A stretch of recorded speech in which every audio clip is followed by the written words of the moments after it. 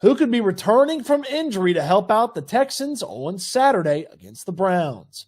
Welcome into the channel. I'm Cody Stoots. Let's talk some Texans getting healthy and helping out on Saturday when the Browns are in town at NRG Stadium Saturday afternoon for the start of Super Wildcard Weekend as the playoffs get underway. The Texans could get wide receivers Robert Woods and Noah Brown back, and they could see the return of defensive end Jonathan Grenard. While DeMeco Ryans kept it pretty close to the vest, didn't have much of an update, you can tell how important it would be to get those players back. Right now, we'll see where our guys end up by the end of the week. Hopefully we get some guys back. Hopefully they continue to progress. But we would love to have some of our guys back to help us. We need all the guys we can get. We would love to have them back. Now let's start with the wide receivers, Robert Woods and Noah Brown. We'll talk about Jonathan Grenard and his potential return and what he means here in just a second. I just trust Robert Woods and Noah Brown so much more than I trust Xavier Hutchinson and John Mechie in this offense. Not that I believe that Brown or Woods are some dynamic, game-changing playmaker that's coming back, though Brown's had some pretty good success over the course of this season. It's been restricted to just a handful of games, but I just trust them to be where C.J. Stroud needs them to be if he wants to throw them the ball, more than I trust Hutchinson and Mechie. I trust that they can beat guys on a regular basis more than the rookies in Hutchinson and Mechie. So that raises the floor of what the Texans can expect from the passing offense if you've got Robert Woods and Noah Brown back. It also is going to make Nico Collins' job a little bit easier. Look, Nico's not going for 190 plus against the Cleveland Browns, which if he does, my goodness, that's going to be fun, but he's not going to. The Browns have a much better defense than the Colts. The Browns have Denzel Ward to help out, a big-time Pro Bowl alternate corner for the Browns that can stymie Nico Collins and slow him down a little bit. It would make his job a lot easier if he wasn't the absolute only wide receiver that C.J. Stroud could trust.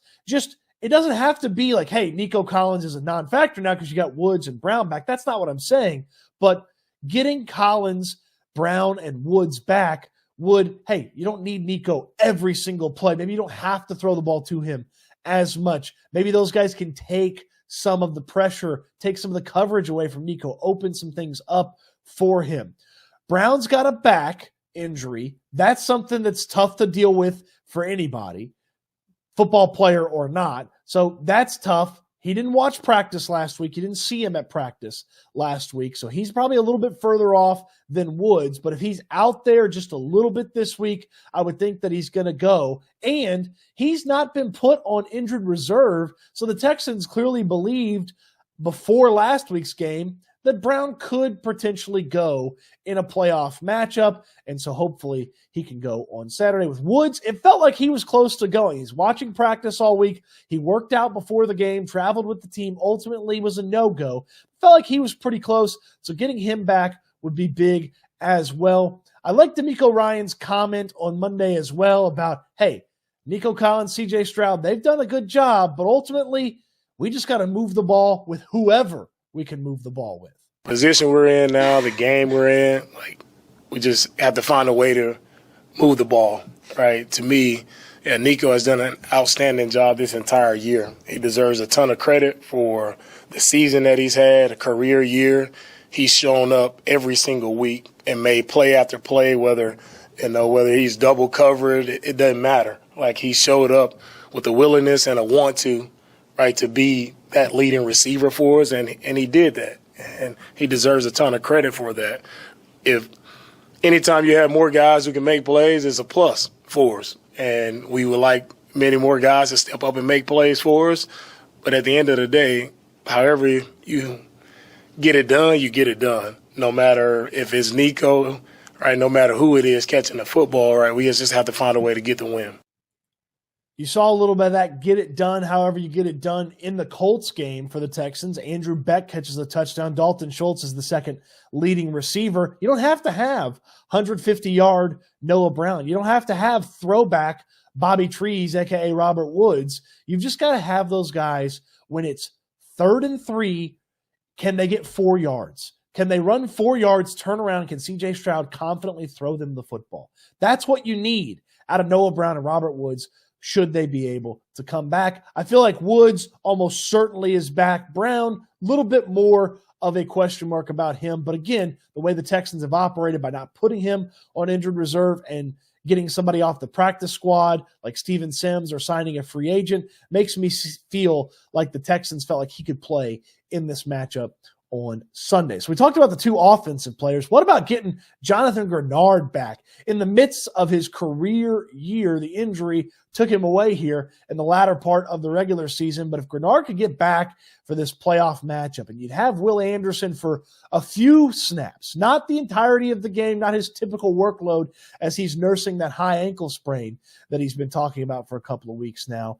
But if you could just have Grenard and Anderson, along with Malik Collins and Sheldon Rankins on the field at the same time, or even Grenard just on the field throughout the course of the whole game, or even the same amount of times that Anderson's on the field, you'd feel much better about the chances to get to old man Joe Flacco, sack old man Joe Flacco. They got to him a little bit in the first matchup. The Texans defense did. Heck, that incredible, amazing play that Flacco and Amari Cooper made where Flacco was in the grasp of two defensive linemen and he was still able to use his arm strength to get it over to the sideline to Amari Cooper, who made a toe tap touch and was able to come down with the football. Like, you're close to Joe Flacco. The team just has to finish those sacks, and getting Grenard back, even if it's in a limited capacity, that would go a long way to settling down some of that front seven, settling down that pass rush. And if you could unleash Grenard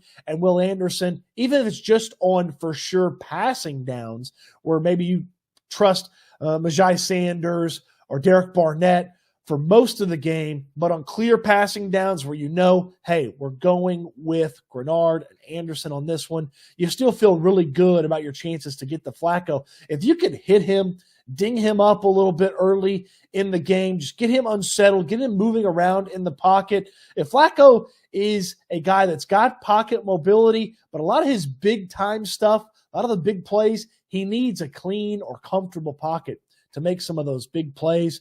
And if you can just cover Amari Cooper, my goodness, for just a second more, then maybe you can get home with Grenard coming back from injury, Anderson playing through the injury, and everybody else who's dinged up in that front seven. So if the Texans could get Robert Woods and Noah Brown back at wide receiver, if they could get Jonathan Grenard back at defensive end, I'd feel a whole heck of a lot better of their chances of making something happen on Saturday afternoon against the Cleveland Browns. From the offensive perspective, just kind of raises your floor. I trust those two veterans more than I trust the two rookies that the Texans have had to play at wide receiver. And from a Grenard standpoint, I trust him to be able to finish a sack, get home, put some significant pressure on a lot more than some of the backup defensive ends that have played while he's been down. If you can get both of those things, it gives you a much better chance to win against the Cleveland Browns in that playoff opener Saturday afternoon. Appreciate you watching the video. What do you think? Grenard going to play? Brown going to play? Or Brown going to play? Robert Woods going to play? Hit the comment section down below. How important do you believe those players are? And those Cleveland fans, I know those Cleveland fans are watching this, checking in on the Texans, thinking that it's just going to be steamroll the Texans again. Let's hear from you in the comment section as well. On your way down to the comment section, throw me a thumbs up on the video. Subscribe to the channel if you haven't already. If you'd like to buy a hat, well, the link is in the description down below. If you'd like to enter a hat raffle, get you a Houston football hat in the raffle is in the description down below as well.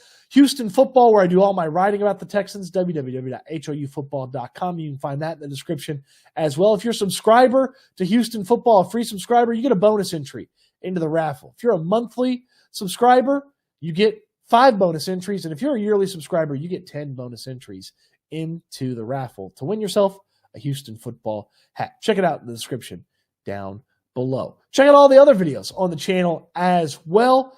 Appreciate you watching. Hope you enjoyed the video. Can't wait till we talk Texans again soon.